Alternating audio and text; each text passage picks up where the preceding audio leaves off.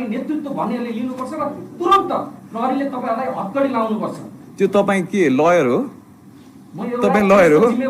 कसरी जिम्मेवार? तपाईको क्वेशन नै यो इरेस्पोन्सिबल क्वेशन छ। कसरी रेस्पोन्सिबल भयो? नेतृत्व लिएपछि तपाई जिम्मेवार बन्नु पर्दैन? जिम्मेवारको लागि छानबिन आयोग गठन भएको छ कि छैन? तपाईले के बोल्नु भएको भन्नुस् त? तपाईले बोल्न आउँदैन रहेछ। के क्वेशन गर्नु भएको? तपाईको नैतिकताले दिन्छ उहाँलाई के हो तपाईको? यस्तो हावा क्वेशन नगर्नु तपाईँ। अराजक कुन आधारमा भन्नुभयो? कुन आधारमा भन्नुभयो? यत्रो तोडफोडको लागि छानबिन आयोग गठन भएको छैन? उनले मलाई चाहिँ म अक्युज हो भनेर भन्यो। किन होला हो भनिदिनु त कसरी? तपाईँ नगराउनु। संसारमा सत्ता भनेको जित्नेले चलाउने, चाहे त्यो आन्दोलनबाट जित्नेले होस्, चाहे त्यो मतदानबाट जित्नेले होस्, हैन, चुनावबाट जित्ने होस्, तख्तापलट गरेर जित्ने होस्, या मतदानबाट चुनावी प्रक्रियाबाट जित्ने होस्, सत्ता जित्नेले चलाउने हो, हैन। यो संसारको वर्ल्ड वाइड नियम हो यो।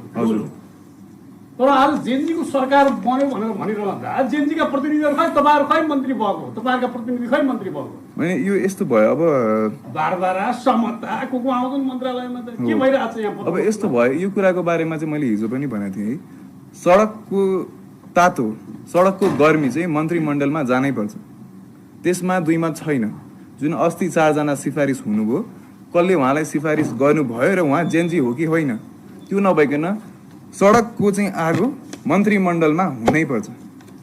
भनेको सडकमा पार्टिसिपेसन गरेको पात्र हजुर क्याबिनेटमा हुनुपर्छ पर्यो। जस्तो मेरो एउटा प्रश्न छ, जस्तो तपाईहरुको आन्दोलन चाहिँ हात्ती आयो फुस्छ भनेर भनेको मान्छेहरू जस्तो ढाल्नुपर्ने देउबाको त्यो चाहिँ दम्ब थियो, ओलीको दम्ब थियो, तर जल्यो सिंहदरबार, संसद भवन संस्थागत गर्न सक्नु भएन तपाईहरुले। तपाईहरुको आन्दोलन गर्ने आरोप छ तपाईहरुलाई, त्यसलाई कसरी जस्टिफाई गर्नुहुन्छ? होइन, यस्तो हेर्नुहोस्, अब त्यतिखेरको एजेन्डा भनेको चाहिँ एक्ज्याक्टली सरकार ढाल्ने भन्ने थिएन है। अब के भयो क्रान्ति त आकै हो होइन।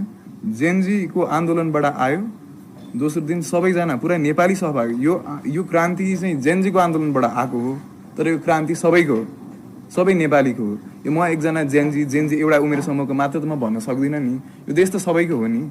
क्रान्ति सबैजनाले ल्याउनु भयो है। अब त्यसमा चाहिँ यो आन्दोलन चाहिँ अझ पनि नदेखिएला आगो चाहिँ तपाईँको उत्तिकै बाँकी छ।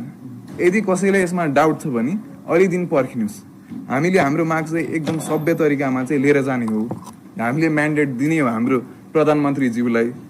त्यो भएन भने देखिन्छ भन्नु। यो आन्दोलन कुनै पनि तरिकाले तुइएको छैन।